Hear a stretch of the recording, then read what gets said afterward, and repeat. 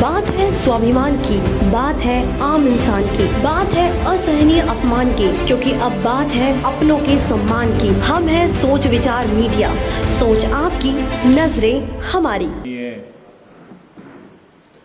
हमारे मीडिया के प्रभारी शुक्ला जी,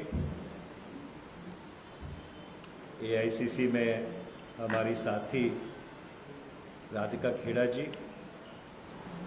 धनंजय जी, मंच पर विराजमान सारे महानुभाव और इस सभागृह में उपस्थित सारे पत्रकार साथियों, सबसे पहले तो आप सबका बहुत बहुत धन्यवाद कि इस चुनाव की गहमा गहमी में आप समय निकालकर यहाँ पर आए। मैं कुछ चंद बातें अपनी तरफ से कहूँगा और उसके बाद आपके जो भी प्रश्न होंगे उन प्रश्नों का जवाब देने के लिए हाजिर रहूँगा। सिर्फ मेरी एक दरख्वास्त है कि जो प्रश्न पूछे वो अगर अपना नाम और किस संस्था से वो जुड़े हुए हैं उससे उसका वेरवा दे दें, जिससे कि परिचय अच्छी तरीके से हो जाए। पिछले 9.5 वर्ष में एनडीए भाजपा सरकार की तरफ से एक शब्द निरंतर और लगातार सुनने को मिलता रहा है, मस्कुलर नेशनलिज्म,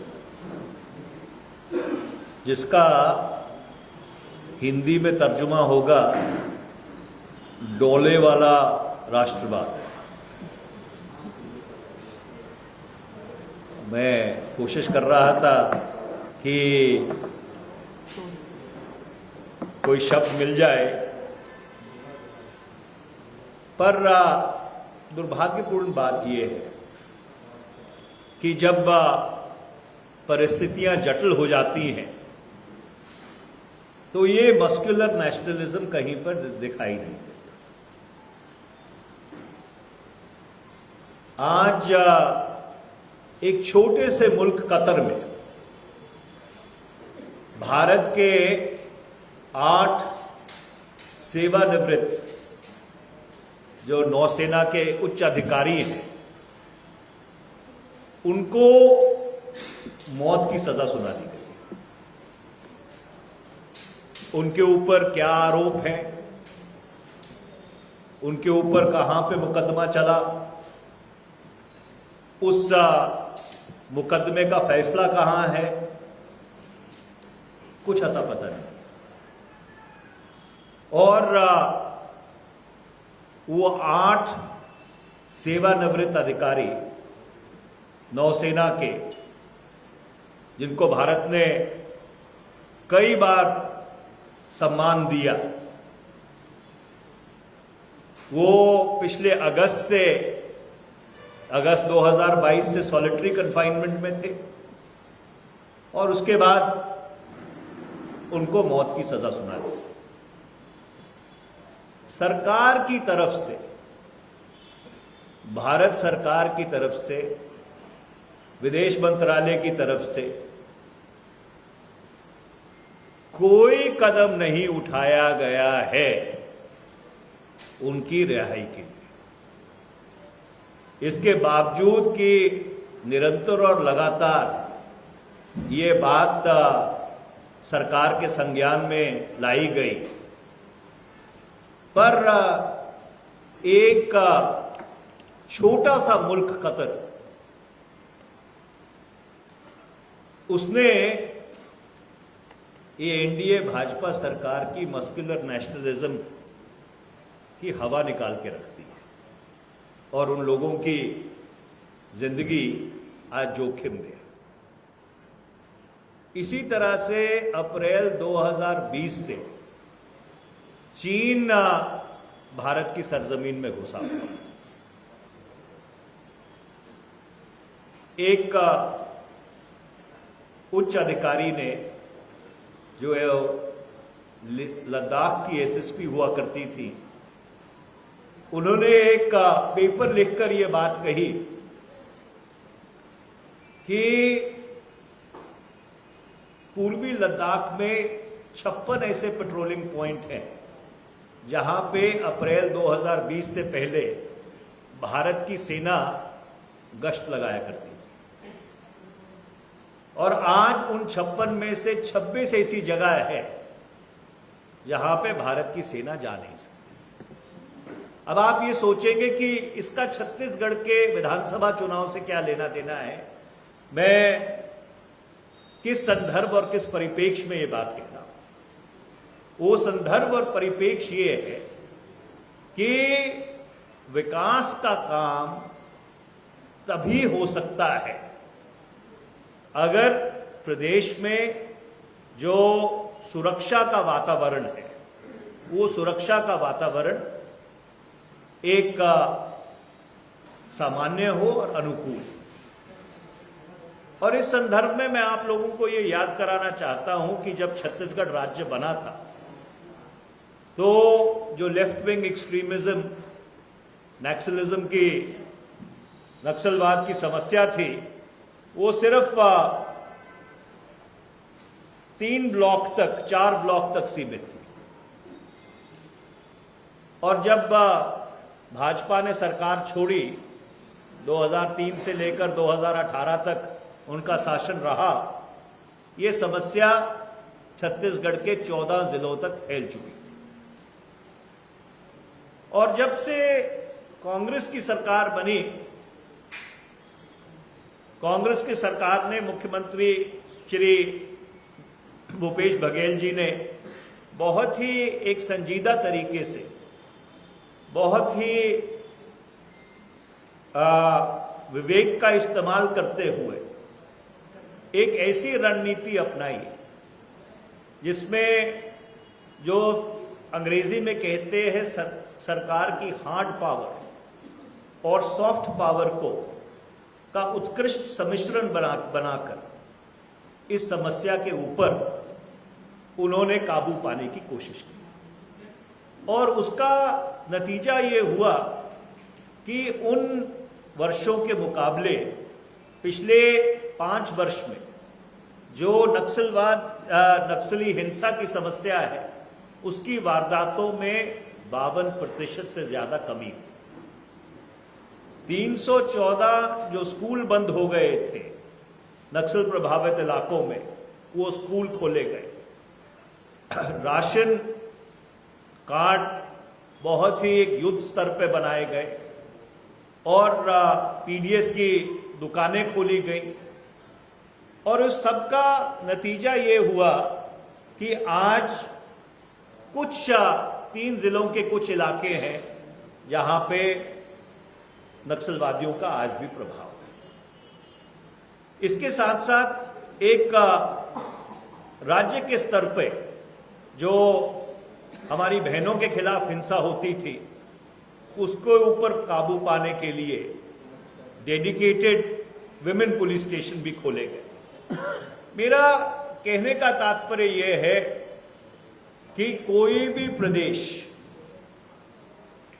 तभी विकास कर सकता है जब उसमें अमन और शांति हो, जो कानून की समस्या है, जो कानून की व्यवस्था है, वो सामान्य हो, और लोगों में जो एक डर और खौफ का वातावरण था, वो डर और खौफ के वातावरण से निजात पाए।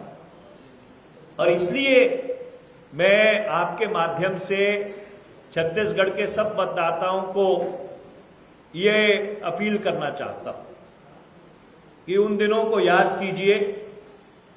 वो भी दिन थे जब इसी प्रदेश में कांग्रेस पार्टी का पूरा शीर्ष नेतृत्व चंद स्किंटों में ही नक्सलवादियों ने खत्म कर दिया था। वो भी दिन थे जब यहां भाजपा की सरकार थी कि बड़े बड़े नक्सली हमले हुए करते थे। और पिछले 5 वर्ष से परिस्थितियां कांग्रेस की सरकार ने छत्तीसगढ़ में मुख्यमंत्री भूपेश बघेल जी के नेतृत्व में सामान्य हुई है और इसलिए इस प्रदेश की अमन और शांति को बरकरार रखने के लिए, इस प्रदेश के सांप्रदायिक सौहार्द को बरकरार रखने के लिए कि जो नक्सलवाद की समस्या है वो दोबारा ना पनप पाए, ये बहुत जरूरी है कि छत्तीसगढ़ में दोबारा से कांग्रेस की सरकार बननी चाहिए। आपके माध्यम से मैं छत्तीसगढ़ में जो 2 चरण में चुनाव होने जा रहा है, मैं ये अपील करना चाहता हूँ छत्तीसगढ़ के मतदाताओं को कि कांग्रेस पार्टी को एक बार दोबारा से मौका दें। धन्यवाद। The floor is all yours. One by one. Can you identify yourself? Sorry,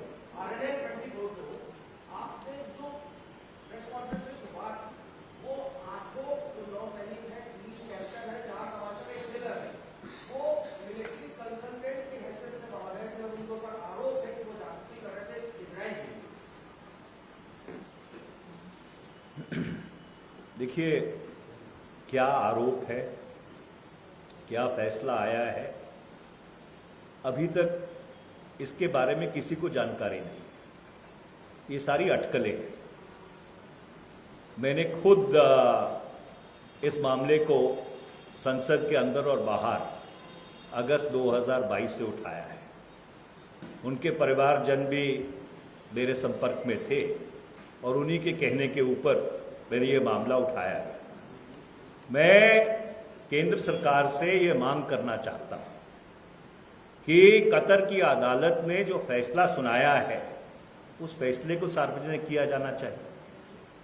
दूसरा, केंद्र सरकार को, विदेश मंत्रालय को, विदेश मंत्री को ये बताना चाहिए कि अगस्त 2022 से लेकर जब उनको उठाया गया अंधेरी रात में और सॉलिटरी कन्फाइनमेंट में रखा गया, अगस्त 2022 से लेकर अक्टूबर 2023 तक केंद्र सरकार ने उनकी रिहाई के लिए क्या कदम उठाए।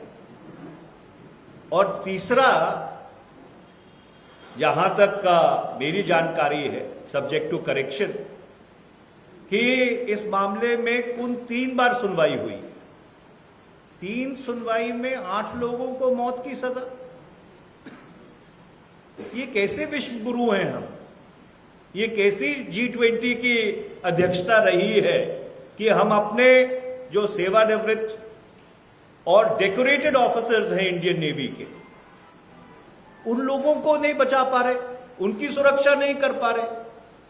भारत का एक बहुत बड़ा डायस्पोरा है पूरी दुनिया में, भारतीय पूरे विश्व में फैले हुए। किस तरह का संदेश ये सरकार उनको भेज रही है कि अगर कोई मुसीबत आ जाए, उनके ऊपर अवैध तरीके से कोई मुकदमा बनाया जाए और इस तरह की कार्रवाई हो, तो भारत सरकार बिल्कुल सुन्न है, उनकी हिफाजत नहीं कर सकती। आज तक मुझे नहीं लगता कि भारत सरकार ने कतर के जो एम्बेसडर हैं भारत में, उनको बुला के एक प्रोटेस्ट नोट भी दिया हो कि आपने किस किस्म की अवैध कार्रवाई की है। तो किस किस्म का मस्कुलर नेशनलिज्म है ये? अगर वो मस्कुलर नेशनलिज्म भारतीयों की हिफाजत नहीं कर सकता तो वो किस काम का? One by one. मेरा नाम कोमल साहू, एशियन न्यूज़ से हूं मैं। सर, आप लोगों ने झीरम का सच सामने लाने की बात कही। आप लोगों ने अभी तक अपने ही लोगों को न्याय नहीं दिला पाया, क्या कारण मानते हैं? Just repeat the question. Jhiram जो हमला हुआ था उसका न्याय क्यों नहीं मिल पाया? देखिए, ऐसा है कि हर घटना, और जब भी ऐसी कोई घटना होती है तो उसकी तय तक जाने में, खासकर जब परिस्थितियां जटिल हों, तो समय जरूर लगता है। और इसलिए हर फौजदारी के मामले में बहुत ही जिम्मेवारी से कार्रवाई करने की जरूरत है। और मैं मेरा ये मानना है कि जो हुआ उसको उन लोगों को न्याय दिलवाने के लिए जो भी जरूरी है वो हमारी सरकार अवश्य करेगी। One by one.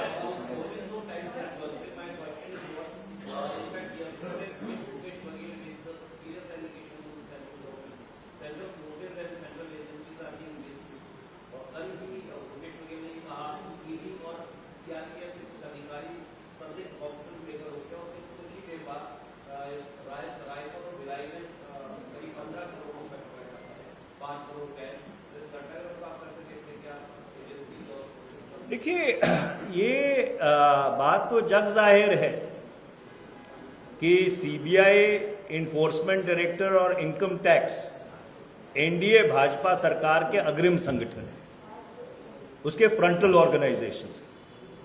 ये कोई निष्पक्ष जांच एजेंसियां नहीं है।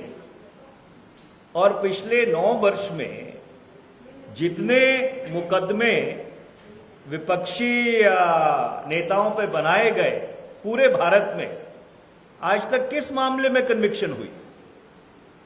और अगर आप देखें, और मैंने लोकसभा में ये सवाल पूछा था कि वर्ष 2000 या 1999 से लेकर 2014 तक जितनी ईडी की रेड्स हुई हैं उससे लगभग 600-700% ज्यादा पिछले 9.5 वर्ष में हुई। तो आप कोई जांच एजेंसी भेज दीजिए, किसी के भी आप रेड करा दीजिए, साथ में केंद्र शासित जो सेंट्रल फोर्सेस है उनको भेज दीजिए, और उसका एंड रिजल्ट क्या है? पिछले 9.5 वर्ष में कौन सा ऐसा मामला है जिसको आप एक अदालत में प्रूव कर पाए हैं? और भूपेश बघेल जी बहुत संजीदा आदमी हैं। अगर उन्होंने ये जो बात कही है किसी जानकारी के आधार पर कही होगी, और इसलिए चुनाव आयोग को इसको बहुत ही गंभीरता से लेने की जरूरत है।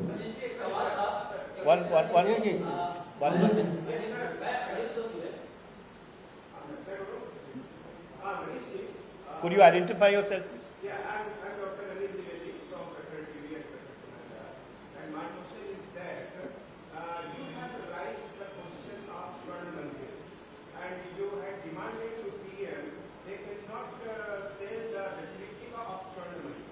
And another added this, the date of inaugural ceremony of Ram Mandir has announced. Did Congress party join this?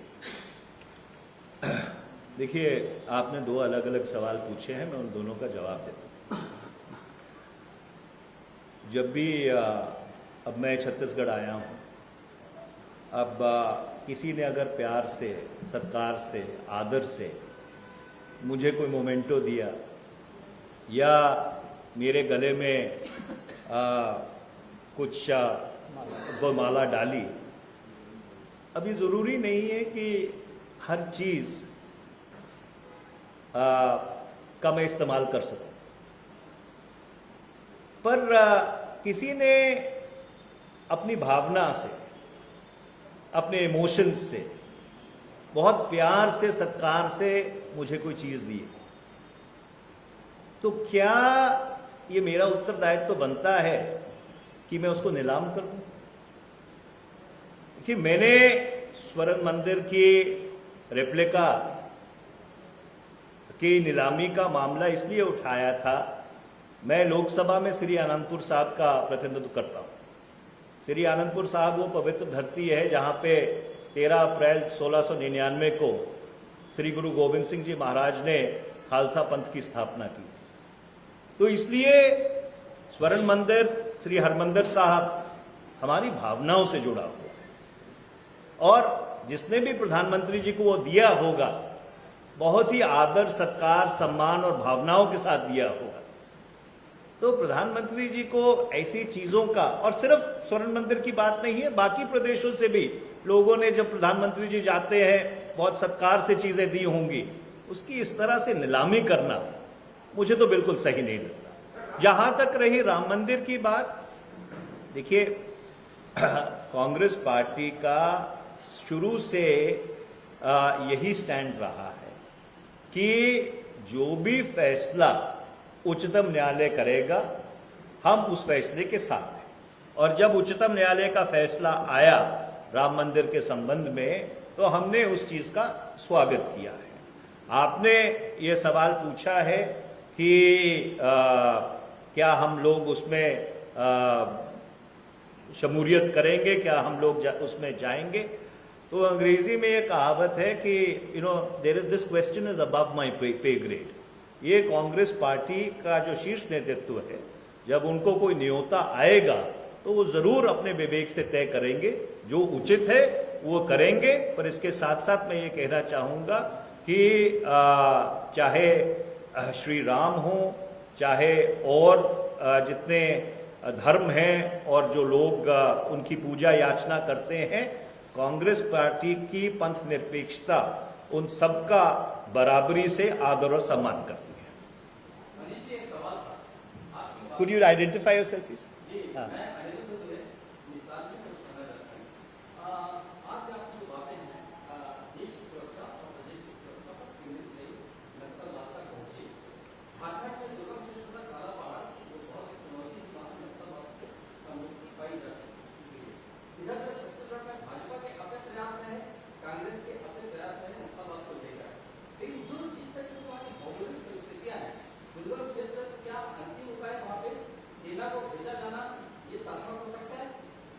देखिए,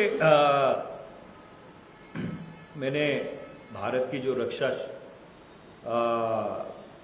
राष्ट्रीय सुरक्षा की चुनौतियां हैं उसके ऊपर एक पूरी किताब लिखी और मेरा ये सदा से ये मानना रहा है कि किसी भी जटिल परिस्थिति का हल जो स्टेट की हार्ड पावर है और स्टेट की सॉफ्ट पावर है, उन दोनों का संतुलन बनाकर उसका इस्तेमाल करके ही उससे निजात पाया जा सकता है। और इसीलिए मैंने भूपेश बघेल साहब की कांग्रेस सरकार की इसलिए प्रशंसा की क्योंकि पिछले 5 साल में जिस संजीदा तरीके से उन्होंने हार्ड पावर और सॉफ्ट पावर का बहुत ही इंटेलिजेंटली इस्तेमाल किया है, उससे इस समस्या में बहुत कमी आई। 2018 में जो परिस्थितियां थी और 2023 में जो परिस्थितियां हैं वो बिल्कुल भिन्न हैं। और इसलिए ये जरूरी है कि जो प्रदेश की अमन और शांति है, जो लोगों की सुरक्षा है, जो लोगों के मन में एक भय और आतंक था जिससे पिछले 5 साल में निजात पाया गया है, उसको बरकरार रखें। क्योंकि मैं तो पंजाब से आता हूं, कांग्रेस पार्टी का उस समय भी राष्ट्रीय प्रवक्ता था और पहले जो भी खबरें आती थी छत्तीसगढ़ से वो हिंसा से जुड़ी होती थी जब भाजपा की सरकार है। पिछले 5 वर्ष में जो भी खबरें छत्तीसगढ़ से आती हैं वो छत्तीसगढ़ के विकास, उसकी तरक्की, उसकी प्रॉस्पेरिटी, वो खबरें आती हैं। अब कल रात जब हम आए तो जिस होटल में मैं ठहरा हुआ था उन्होंने मेरे को बताया कि जी हमारी 100% ऑक्यूपेंसी, राइट। और कल रात राधिका जी इस बात को जानते हैं, रायपुर में किसी होटल में कमरा नहीं मिल रहा था। तो ये एक बहुत अच्छा साइन है कि लोगों का जो भरोसा है, लोगों का जो कॉन्फिडेंस है वो छत्तीसगढ़ में बढ़ा है। और जब कॉन्फिडेंस बढ़ता है, जब भरोसा बढ़ता है तो निवेश होता है। और ये निवेश तभी होता है जब अमन और शांति प्रदेश की बरकरार रहे। तो इसलिए safety and security is the foremost. और भूपेश बघेल जी की कांग्रेस की सरकार छत्तीसगढ़ में ये सेफ्टी और सिक्योरिटी देने में कामयाब रही है। अगर केंद्र सरकार रोज ईडी, रोज इनकम टैक्स, रोज सीबीआई भेजकर प्रदेश सरकार को तंग ना करती रहती तो पिछले 5 साल में जितना विकास हुआ है उससे कहीं अधिक विकास हुआ।